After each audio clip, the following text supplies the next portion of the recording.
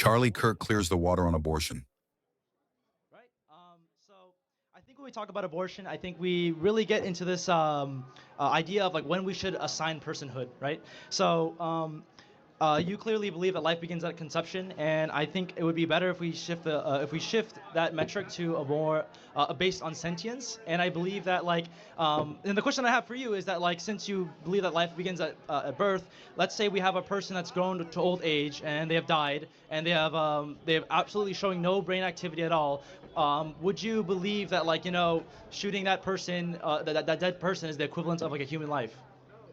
Yeah, I mean, it is a human life, but those are two totally separate things. One is no more, and the other one's not yet. Right. So not yet is different than no more. If someone's at the end of their life and there's nothing more we can do to continue their life, that is a different moral conversation than someone that has not yet been completely grown as a human as you and I. Two totally different moral circumstances, so you can't conflate the two.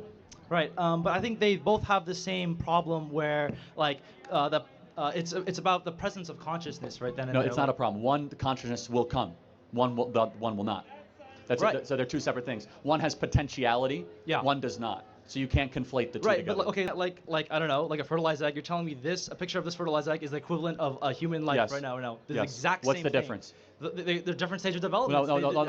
Why Right. should stage of development give you more rights? Well, I mean, okay, you're acting like this is No, not something this is done in society. Like, for example, we do judge based on different stages of development, like in cognitive capabilities, right? I'm not letting a fetus drive a car. A fetus can't but drive. no, hold on. The right to life. Alcohol and whatnot. Apply the right to life Okay, to your this stage is, of this is a development. little bit different. So I guess a different question I would have to ask you is like, why I'm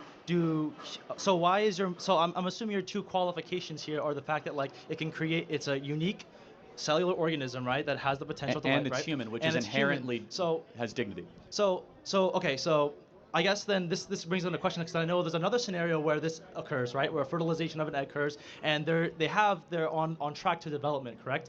And this other example that I'll think of is like animals, right? I think why do we not give the same moral consideration to animals as we are to zygotes in this Oh, because situation? animals aren't human beings. Okay, so but why is human beings? Human beings have a soul and animals do not. Have a soul. So this is my point, No, guys. soul is not just is a consciousness. conscious experience. it's not. You are Let me prove it to engaging you. in Wrong. This is dishonest. This is dishonest though. Let me prove it to you. When someone is quote unquote brain Okay. dead, do you know that they still respond if someone stabs them, their norepinephrine goes up? Do you know that a woman still menstruates if she's brain dead? So consciousness is not human worth. There's something else going on beyond consciousness that exists in a being that is the soul. Okay, so now we're